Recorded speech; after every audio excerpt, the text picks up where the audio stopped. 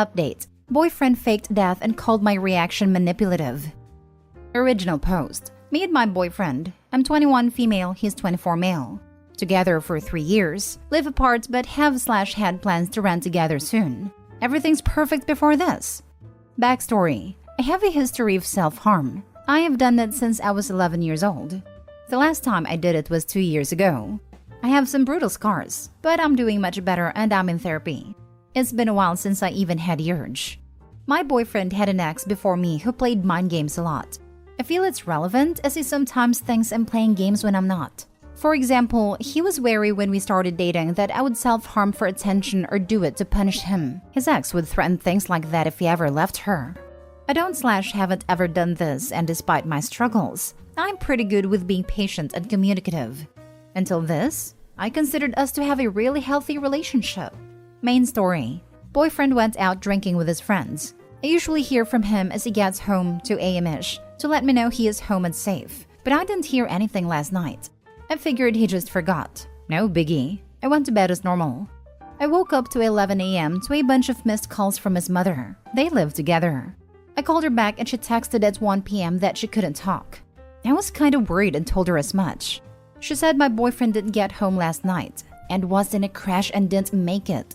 This was super weird to me since I get on well with his mom and would never expect to be told this via text. After some more texting, I fully believed my boyfriend had passed away that morning, and I totally shut down.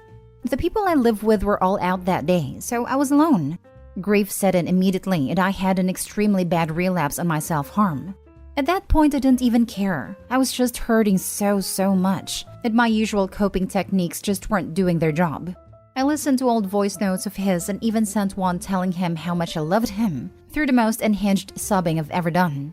Well, he arrived at my house 20 minutes later saying it was a prank, since he got into a small bump and thought I'd get mad about him driving drunk, as well as about him mushing up his car a little. And him and his friends came up with this plan to just make me happy he was alright. So they took his mom's phone and the above happened. I obviously was thankful he wasn't dead. But I had a million other much stronger emotions. I was so angry he drove drunk. So angry he saw nothing wrong with it. So angry that he would lie about something so serious, and absolutely heartbroken that he let me sit in grief for over an hour until I sent a voice note that made him feel bad. Plus lots of other things I'm still struggling to articulate. He found out I harmed myself and flew off the handle. He said I punished him and turned a harmless prank into something much more serious and ruined the joke of it. He said I was guilting him for having fun, and now he can't trust I would do it again. He even suggested I stay in hospital for my mental issues for a few weeks and crank up therapy. He said he can't leave me if he wants now, or else I'll act like this, just like his ex. I am beyond hurt. I probably should look into therapy if I'm still resorting to it, I admit. But this was not an everyday bout of anxiety or even a breakup. I thought he died. I'm also very aware that his actions were massively crappy, and he is being so manipulative in the aftermath. How is it a punishment if I thought he was gone? I absolutely would not react like this if he just broke up with me, and I have never said or hinted at that. Not really sure what to do now. My gut tells me to leave him over this, but I'm so unsure. Now for the top advice before reading the update. What a sick joke. You need to break things off ASAP. What a cruel thing to do. I could never even be friends with someone who did this. The worst part is that he did it to get away from the consequences of drinking and driving. He willingly and purposely hurt you to ease the repercussions of his actions. Let that sink in. And dump him, please. He's a piece of trash. He even took his mom's phone to make it look like she was in on it. That takes it to a whole new level of cruelty. OP, I would dump him immediately and tell his mom what he did. Make sure you actually talk to her so you know she actually knows what he did. Please listen to your gut. This is beyond horrible behavior, not a harmless prank. You deserve to be with someone who has compassion and respect for you. If anything, the boyfriend needs therapy. The boyfriend is a horrible person. What he did shows deep character flaws. The drunk driving is bad enough, the more so because he knew it was wrong and chose to do it anyway. But the harmless prank? That's just mean. So disrespectful and inconsiderate, made all the more so by your personal history. And speaking of the accident, did he leave the scene of an accident while he was driving drunk? Or was he late getting home because he got a DUI? He bumped into a fence post, so luckily nobody was injured. but the potential was there as well as the carelessness. I don't know if he was late or not, honestly. I think he planned this almost immediately and not texting me all night as part of it. Now for the update. Long story short, I broke up with him for the following reasons. 1. Drunk driving, endangering himself and others. 2. Took his mother's phone and made me think it was her. Deception. 3. Telling me he was dead. Deception/extreme emotional stress. 4. Letting me think that 4 hours. I could list every negative trait for that one. Borderline sociopathic behavior. 5. Not being sorry for any of these things. Twat. 6. Telling me I'm too sensitive. Invalidation, shifting blame. 7. Being mad at me for relapsing. Unsupportive, uncaring, unkind. I still won't blame him for the relapse though, as many people here wanted me to. That is on me and I'm still going to therapy regularly for that. So, for those interested, I took a few days to myself. I did speak over the phone to his mom and she was incredibly apologetic on his behalf. I taught her how to put a passcode on her phone. After that, we met up and I outlined the things I listed above. He seemed apologetic and sincere about all of them and listened to me well. Unfortunately, he didn't quite understand that being apologetic wouldn't get me to change my mind on ending the relationship. So, his true colors came out at the end.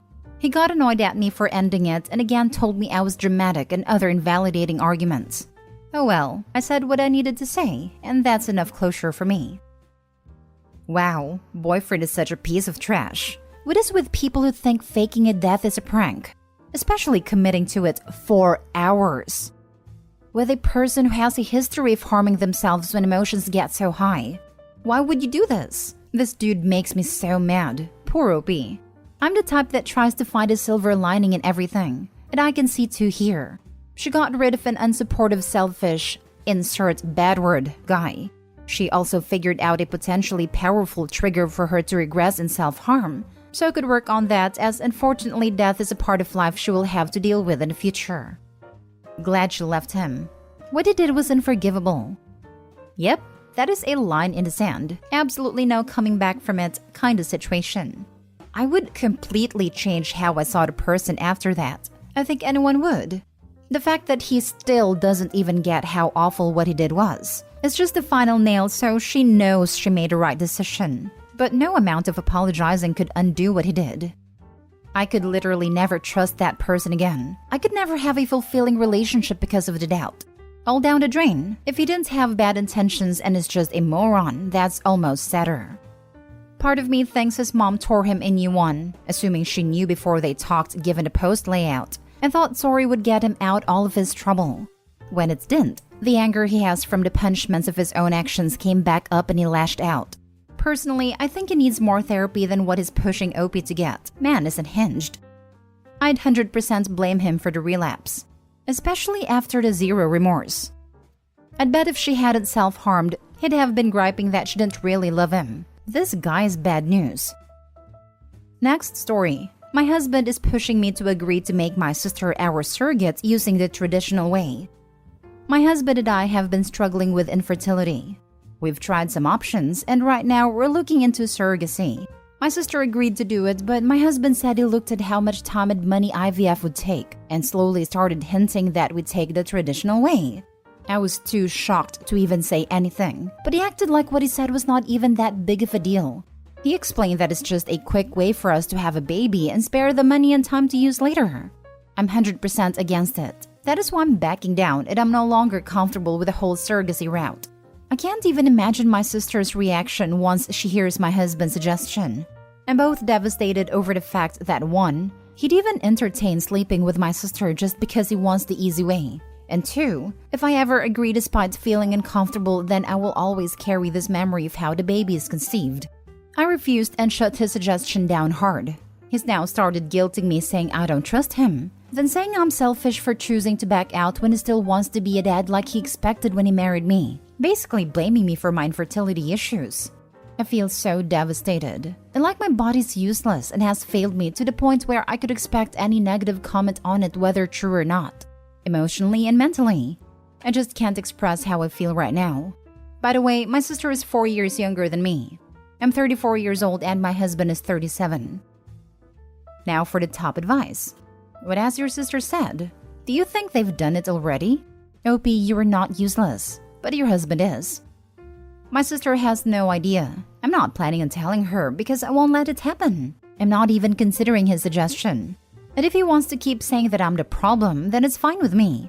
I've endured so much for the past years mentally, physically, and emotionally, and now it won't be much different. Why do you want to have babies with this man? You can have babies with anyone else, but this guy is not husband or father material. First of all, I'm very sorry you are dealing with this. Nobody should ever have to feel this way. Second, I really hope and pray that you see this for what it is, and not allow him to guilt you into something you clearly do not want. I'm angry for you, because there's no way in hell that would just blow over with me personally. It's such an insensitive thing to say during such a difficult situation. I feel terrible as it is, and did not need to have to deal with this on top of everything else going on. I lost my mom a month ago and my emotions have been all over the place. I admit that I can get upset and agitated pretty easily, but his suggestion was beyond shocking. I feel like me and him just keep diving deeper into more issues that have significantly affected our marriage. I offered couples counseling, but he said no.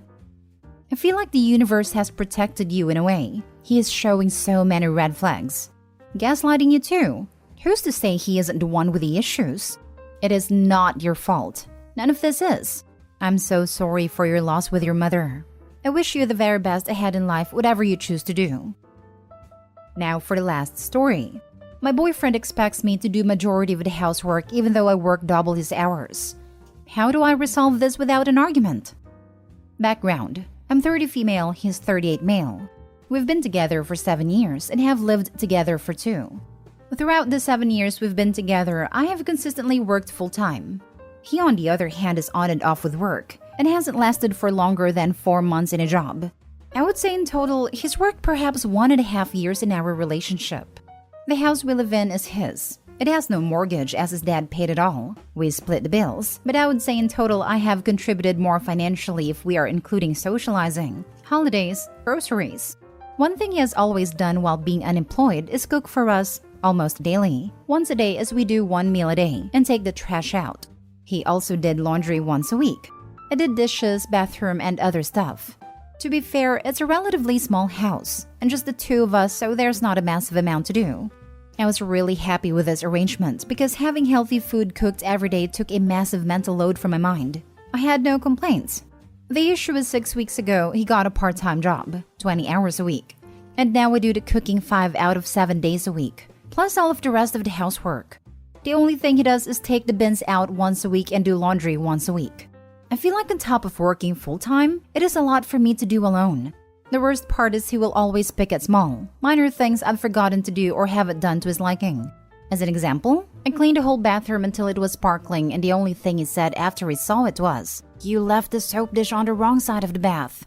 This really hurts my feelings as I feel like I'm doing a lot for nothing. No praise, no recognition that I do all of this on top of working double his hours. Sometimes I don't feel comfortable confronting him because part of me feels ashamed about complaining about housework as a woman. Almost as if it makes me less of a woman to not be okay with this. I really feel like I'm going crazy because it doesn't even acknowledge the big difference in what we do.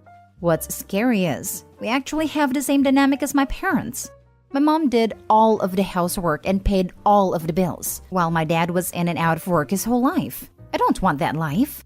Can someone advise on how I can navigate this without starting an argument? It always becomes an argument. I found this comment you wrote not too long ago. Currently in a draining relationship and having to manage his emotions like he's a toddler. I'm working, paying for majority of stuff and he can't keep a job because he's lazy and impulsive. I felt your comment so hard. Was thriving when I was single. So the housework is just the tip of the iceberg. What exactly keeps you with this loser besides inertia? He brings nothing to the table. He brings free rent. Can't see much else. So it's simply a math issue of if it's better for OP to move out, pay rent and be chore happy. Or stay put as the free housing is worth more than the extra chores. I expect she's in the same predicament as many people living in this manner, where she may not be able to cover a place like this on their own salary. If she can, she should be off this forum and packing her stuff. I expect her feet are financially glued to the place, if you get my drift. This might make me sound stupid, but I'm actually not financially glued to him. My mom lives down the road and my room is waiting for me. She would also value me contributing to that household again. I also have savings, so could put down 50% on a house deposit if I were to get into a relationship with someone willing to put in the other half. In the meantime, I would be happy living with my mom as it's a big house and we have a good relationship. I know, this makes me sound even more silly for staying. It sounds like you know the answer here. Hey, your boyfriend dropped these red flags. No, seriously, he's a douche canoe, and you need to find a new boyfriend. He sucks and is a horrible human being. Or even, I know this sounds crazy, be single for a bit. Opie hasn't been single since she was 23. Depending on if she went to college, she's been with this guy potentially her entire adult life. Opie, it's hard to imagine, but you don't have to be with someone if you don't have great reasons for why you still want to be with him. Thanks for understanding. Sometimes it's so hard to try to explain why I can't leave when we have no practical ties. I did go to college, but got with him almost immediately after. I'm very laid back and fun-loving, but he's very intense and dominating.